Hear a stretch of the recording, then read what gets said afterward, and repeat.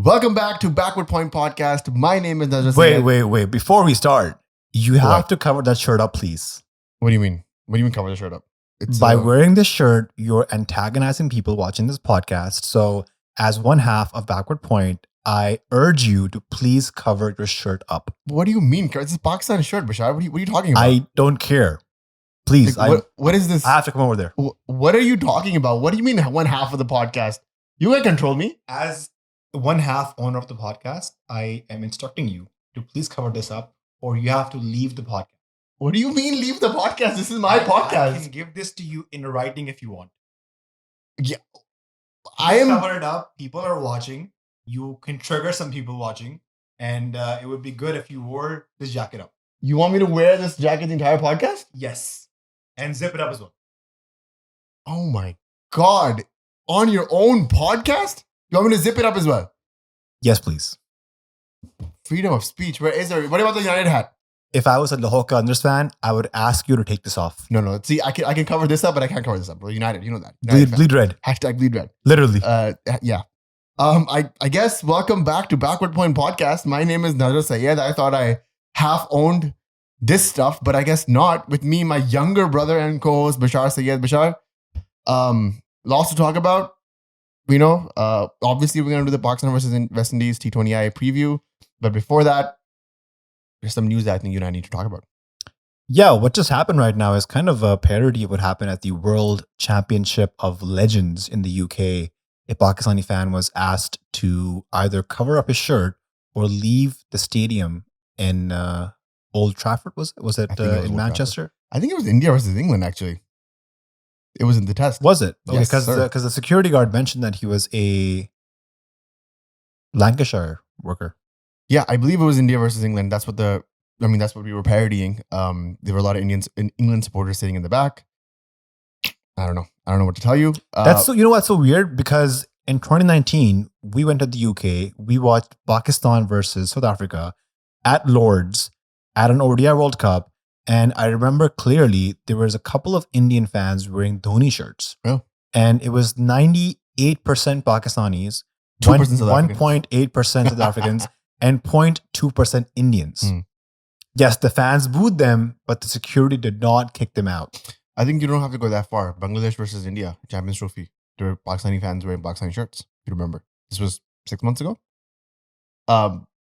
Yeah, so that was horrendous. Obviously, a parody of that was done on this podcast. The cold opens have gotten a bit famous. People actually still to this day, think that I actually dialed 911. And to them, I say, good luck living in the real world. I wanted to talk about, before the T20 series, the bombastic news that the Asia Cup has been announced officially. Yes, if you're following Backward Point on the socials, we have made a poster. Shout out to our graphics team. Hassan, doing a good job. We highlighted the India versus Pakistan fixture on September 14th. Yeah. And I don't know about you, but I've been following a lot of reporting on both sides, India and Pakistan sides, and just the Indian media is just in a frenzy right now. I want to lay down some situations that I think are interesting. I would love to take your opinion on this. In 2023, Jay Shah was the ACC chairman, and he announced via his Twitter the schedule and the Asia Cup, commencing. Cut to 2025, Jay Shah is now the ICC chairman, and the ACC chairman is Mohsin Naqvi, who is, who holds other political roles in Pakistan. We've discussed this many times on this podcast, for better or for worse. And so, with the recent development in May, his account is banned in India. His Twitter account is banned in India. And so he comes out, he releases a statement in lieu of what Jay Shah did before him via his Twitter handle. I am not condoning that. I still think it should go through proper channels. We have an ACC, Asian Cricket Council Twitter handle. Just do all that from there. It doesn't have to be ego stroking from, one powerful man to the other. But here we are. The shocking thing was that our Indian counterparts, our Indian brethren, were not able to see his tweet because he was banned. That's interesting. And they had to wait for foreign media to report that, hey, this is actually going on. I actually think the deeper issue is people who are running cricket have nothing to do with cricket. For instance, like you mentioned, Mohsin Naqvi, his primary job is he's a politician, and then he is the interior minister. And because he has friends in the government, they made him the PCB chairman. So realistically, he has no connection to be managing the Pakistan Cricket Board or the ECC. And before Similarly, Yeah. Jay Shah, his only credentials are that he is the son of Amit Shah, who is the Home Minister of which India. is the same role, I believe. It's a similar role. Similar role, yeah. But again, like these people have nothing to do with cricket administration, management. They're very well connected, and that's how they come up the ranks. And so now there's a frenzy, especially on the Indian side, about this with the WCL measures that were made. We talked about this in a previous podcast as well. How we felt that was a bit performative because when it comes to the to the big bucks, they will not boycott an India versus Pakistan game. Allegedly, the reporting that I heard, $170 million worth of broadcast ads were sold for the Asia Cup. Sounds less. 170 million. I would expect USD. more. And majority of those are for the Pakistan-India matches there's a guarantee for at least two. On 14th September, I believe 21st or 23rd September is A1 playing A2, which is going to be Pakistan or India.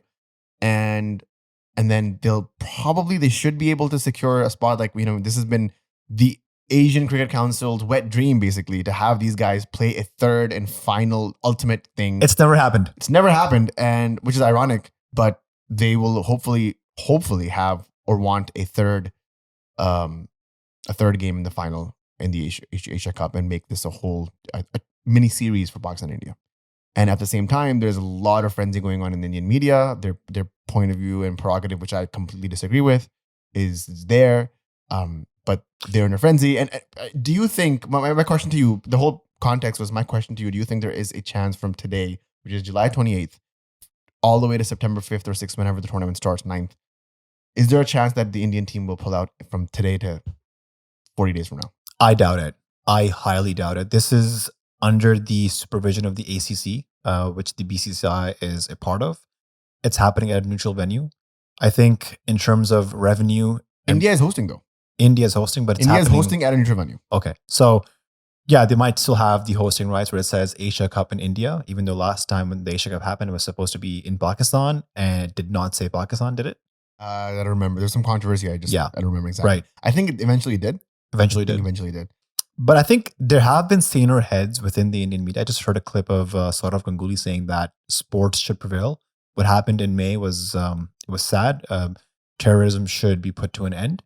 And aside from that, sports should keep going. Both countries should keep playing. It brings people together. And I know we live here in the diaspora, and many of our friends that we play cricket with, that we hang out with, are Indians. And cricket is a common language that we all speak. We play in the same team together. And we bond together. Yeah, totally. I totally agree with you. So back to your question, I don't think India is going to pull out. I think if it was happening in Pakistan, they could have been like, okay, we're not coming to Pakistan. But just, seeing what's happened in the past few years, I don't see India pulling out. What I'm hearing from you is the Indian pullout game is weak. All right. Moving forward, this is just our little quick analysis on the ongoing situation. Once obviously the Asia Cup is finalized and we know more details. I know our Patreon was lit up because we have a lot of people who are in the UK or Dubai, and they were like, guys, we're getting tickets. And the people were still egging us on to come and cover the Asia Cup in Dubai. And I'm like, bro, that's not happening. After what happened to us at the Champions Trophy, I am going to doubt coming back to Dubai to watch the India versus Pakistan match. For a while. Or next time that I come, I'm going to bring a jacket like you. Yeah. So I can cover it up once we lose the match. Bro, you gotta aim bigger than that. Because you gotta think bigger than that. We got trolled on our way back to our hotel and we couldn't find an Uber. So we were it's all in the fun in the game, bro. Yeah. I respect that, because if it was the other way around, we would have hollered and hooted all the Indian friends and fans out of the stadium, and you know that. Which you did for the 6 boundaries that Babar hit. For the first 6 overs that Babar Azam let me cheer on, I was just like, I lost my voice. And then after that, it was just mayhem. But as the story develops, we'll keep covering it. We'll do a proper deep dive on the Asia Cup closer to it. So stay tuned. Check out our Patreon. Our Patreon is live again. It was offline for maybe a week or so for some technical issues. Resolved. Everything is good. Now is the best time to join our Patreon. And please, look, I implore everybody. We have a lot of Pakistani cricket fans joined, as always, because we're leaning Pakistan. That makes sense. But if you're an Indian cricket fan, if you're a West Indies cricket fan, Sri Lankan cricket fan, Australian, English, whatever, Afghanistani cricket fan, come join the Patreon. We would love to have you in the chat. We need broader, more diverse voices, and we will welcome you. I think we have a very nice thing going on. If you think that the Patreon is too much of a lift, check out our Discord, check out Instagram, WhatsApp. Just click subscribe right now if you haven't subscribed. Honestly.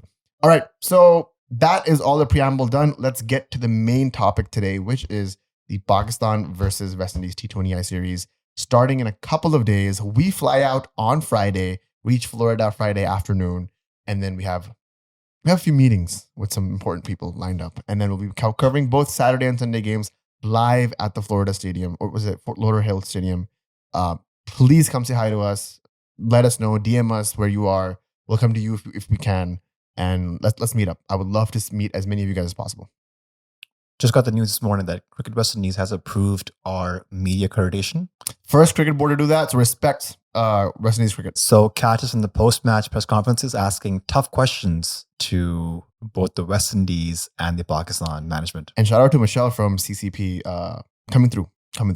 Brethren help brethren. That's all I know. The first thing we should talk about is the changes to the Pakistan T20 squad from the Bangladesh tour now to the tour of USA. So 3 major changes. Abbas Afridi comes in for Hassan Ali. Salman Mirza comes in for Shaheen Afridi. Sorry, wait, other way around. Abbas Afridi out. I was like, what tour? What series are you covering? I'm tripping. Abbas Afridi out, Hassan Ali in, Salman Mirza out, Shaheen Afridi in, Ahmed Daniel out, Haris Rauf in. Now, I named these guys in the order because I feel like this is how they have replaced these players.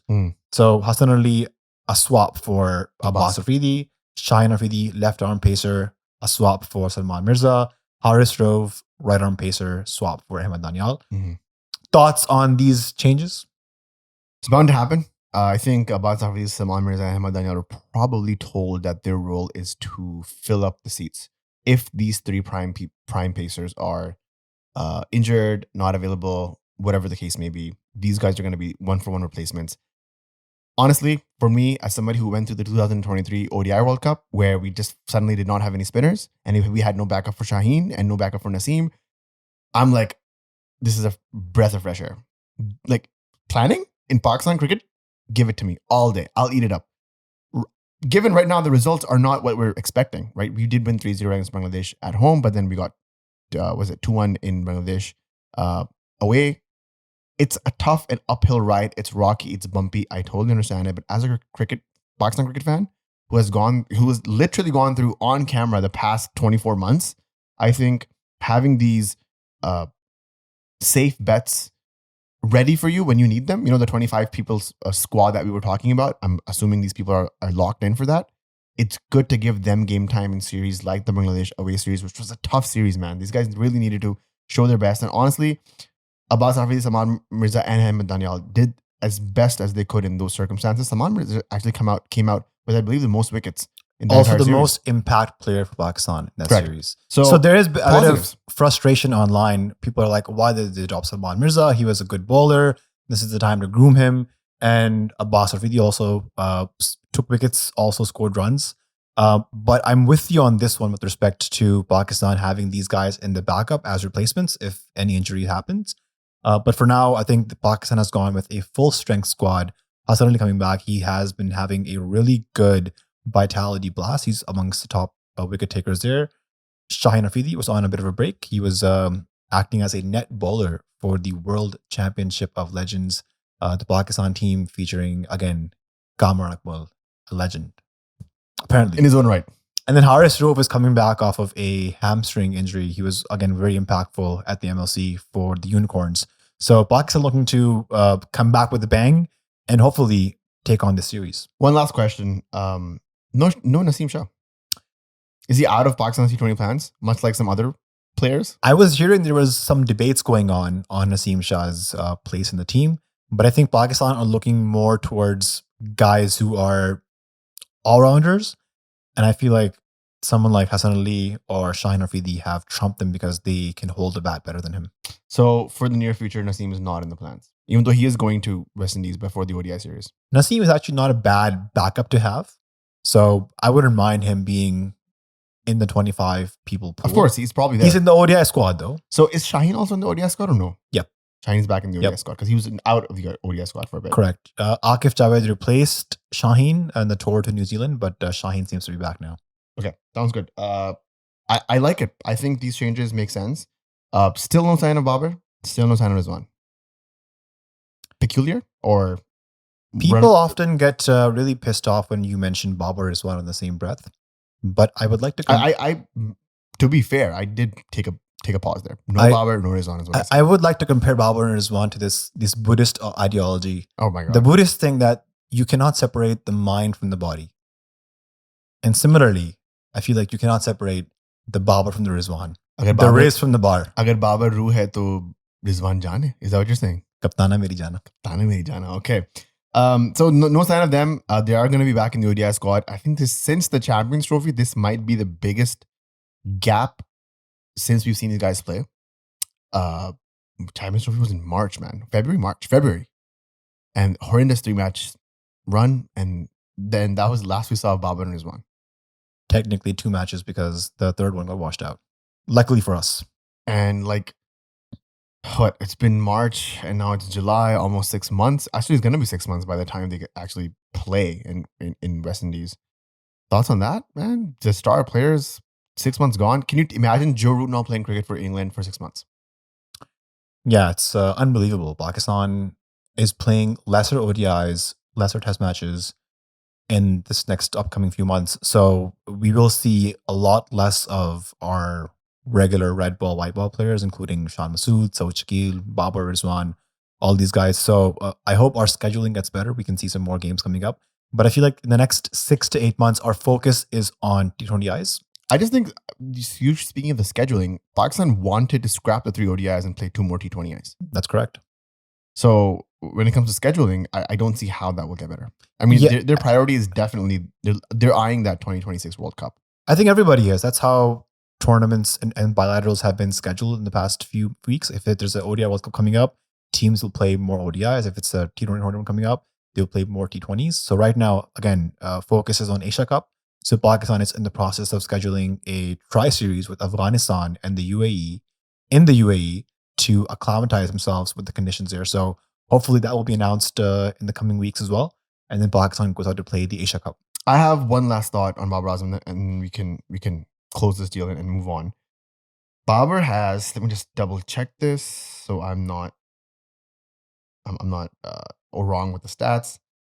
Babar Azam has 5 centuries against West Indies across all formats.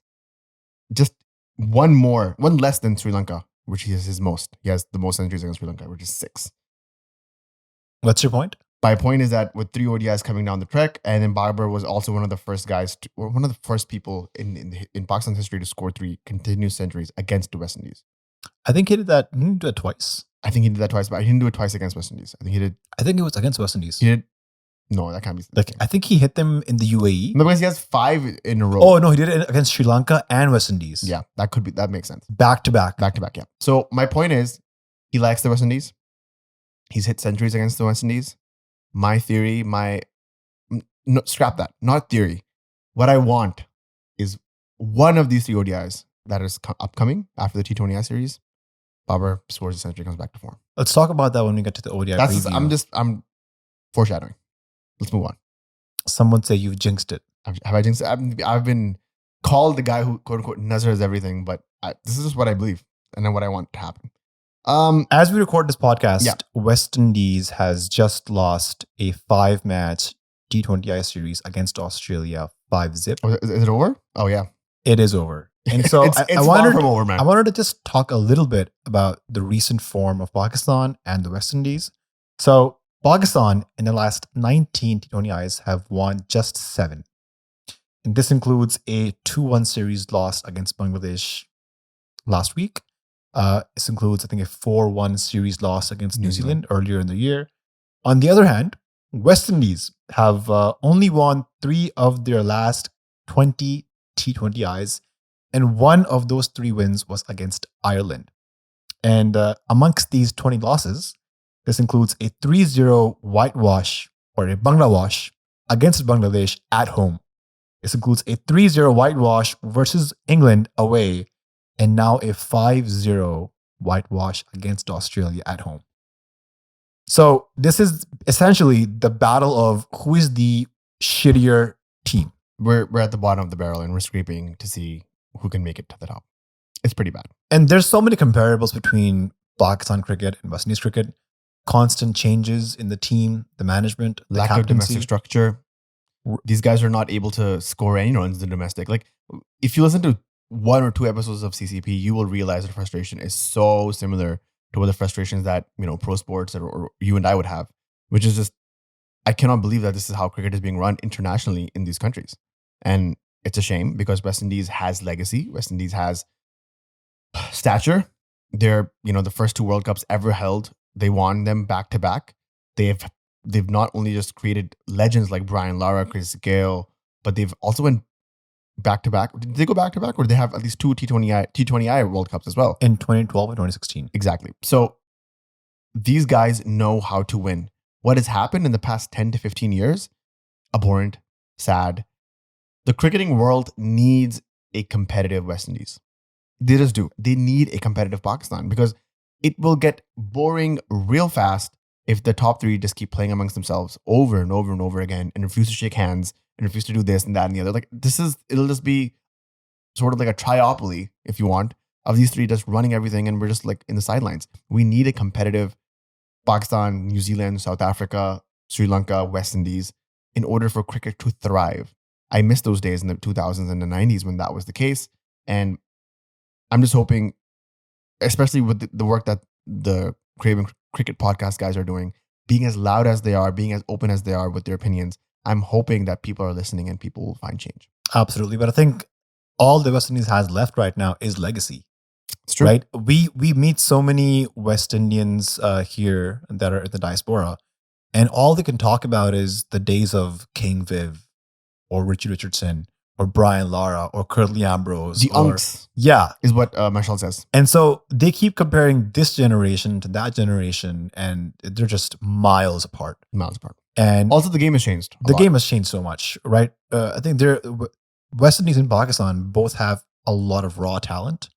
But what Brian Lara mentioned recently is that the West Indies players are using the international team as a launching pad to get into the T20 franchise circuits. The circuits, yeah. And that is also similar to what's happening in Pakistan. I mean, you talk to a Pakistan cricketer right now who's in the domestic circuit, and his goal is to make it to the PSL, to make it to the Pakistan team, and eventually get big contracts in league so he can make a few quick bucks. Yeah, the similarities are uncanny. Like they're right next to each other.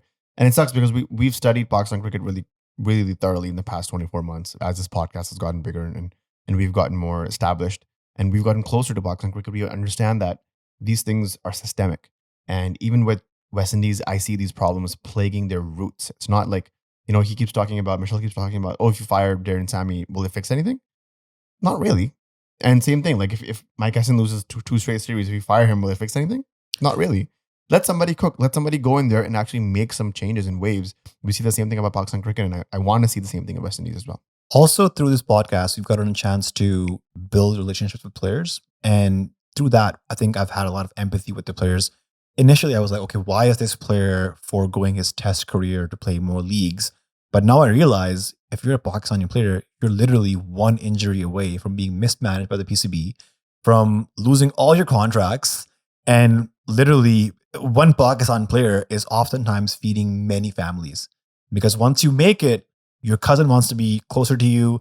Your neighbor is suddenly saying that he played a big part in making you who you are, international superstar. Yeah. So you're suddenly not just feeding your own family, but you're feeding multiple families. And most of our players come from humble backgrounds. So they're wary of where the next paycheck is coming from.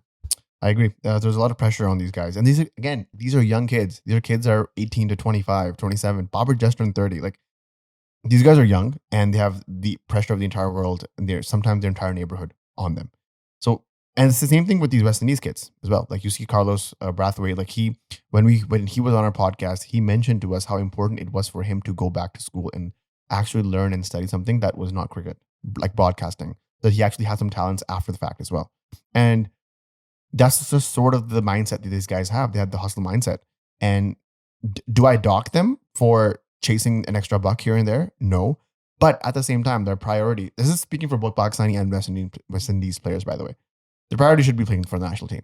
And I think the national team's priority should be to paying these guys the biggest bucks possible so they stay, right? I mean, this is a longer debate on the systemic issues of both these countries, but it's just a shame. That being said, Bangladesh looks good, you know, in terms of at home, their repertoire is just insane. And it's nice to see them get some W's in because, you and I on this podcast I've made a mockery out of them. I'm like, these guys do not want to win. But I have an issue with how they're getting the W's. It's not improving the cricket. Like, yes, you beat Pakistan 2-1, but when you're going to come to the Asia Cup, Pakistan is going to slap Bangladesh. I'm not even joking about this. When we get to the flat pitches of Asia, UAE. in the UAE, Bangladesh will not stand a chance.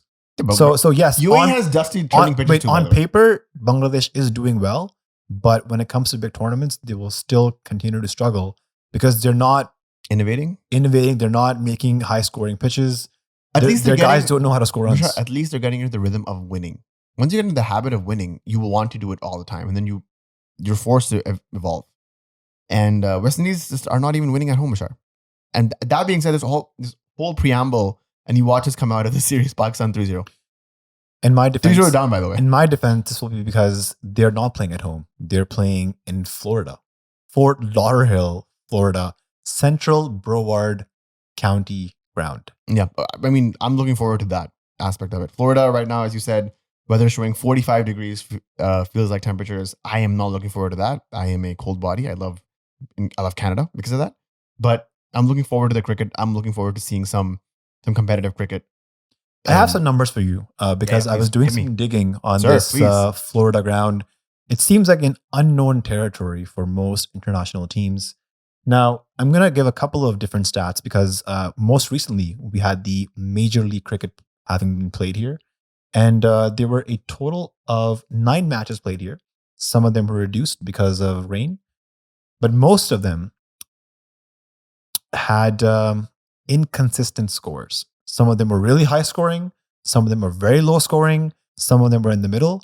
And in the 9 matches played there, the average runs per over was 8.37. So based on this, you can say the average score on this ground should be around 165, 170.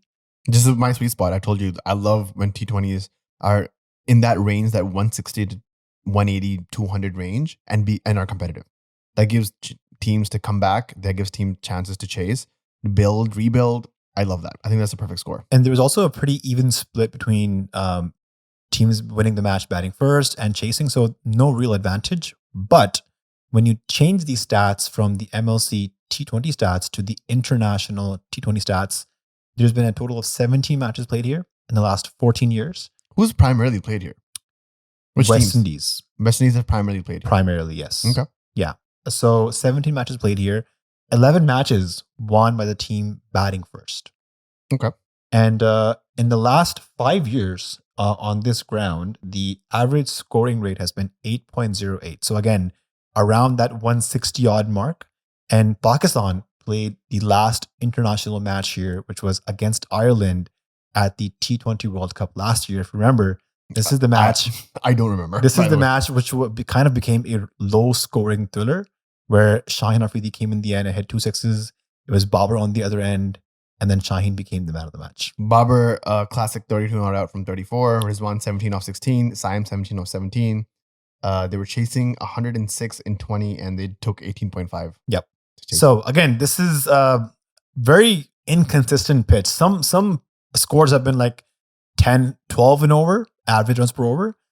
And then there's been like 80 all out. So I'm not sure exactly what to expect. I would suggest and assume this is going to be a high scoring pitch. I'm going to expect something around 170, 180 to be above par. Interesting. I'm just looking forward to good cricket, man. I'm excited to meet the boys. I haven't met the boys in a while. We were in Dubai, but we were not able to chit chat with the Pakistan cricket team. I think this time we'll have a bit more opportunity. I'm excited to meet Saim. I'm excited to actually see what these guys are all about. I want to. Coach Hassan is on the radar to get a coffee with him and see what he's thinking and what the next 6 to 8 months look like for Pakistan cricket, because the World Cup is upon us. We have a lot of T20 matches going on. The Asia Cup is the first and foremost thing that they're thinking about. I think it will, this series, the UAE series, and the Asia Cup, if Pakistan finds momentum and stride, it will be key for them moving forward into the bigger leagues. I want to take you back to 2023 Asia Cup, where things went completely south for us. 2023 was the year, I believe 2023, 1st January was the year that we restarted this podcast in this current iteration called Backward Point. And for us, it was a big, big call because we were going to follow Pakistan cricket to its core, to its depth, and then international cricket as well. But like, we're going to keep a close eye on these guys. And for the first 8 months of this podcast, we were just jubilation, right?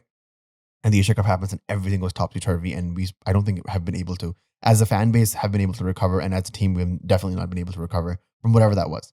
I think starting from this series forward, because the going is now getting tough now. Like we're playing the A game. Like we're not trying people out anymore. These are the guys moving forward. These are going to be the guys set in stone, barring a few people here and there. I think you should use this opportunity, this series, the next series, and the Asia Cup as the reset point. We have a new captain. We have a new coach. We have new lads. Let's go get it. I think this is going to be another challenge for this Sal Mike era, because Pakistan has been struggling in away tours. We lost in New Zealand. We lost in Bangladesh. And even though this is kind of a neutral venue, as per se, but West Indies is going to be a challenge here. They've got a lot of match winners in their team. What's shocking to me is that I think the West Indies is one of the most exportable countries in terms of T20 players. You look at all their players, and many of them have had IPL contracts, PSL contracts. They play in all the big leagues in the world. But something happens when they come in the Maroons, where they're playing all together and just not firing in sync.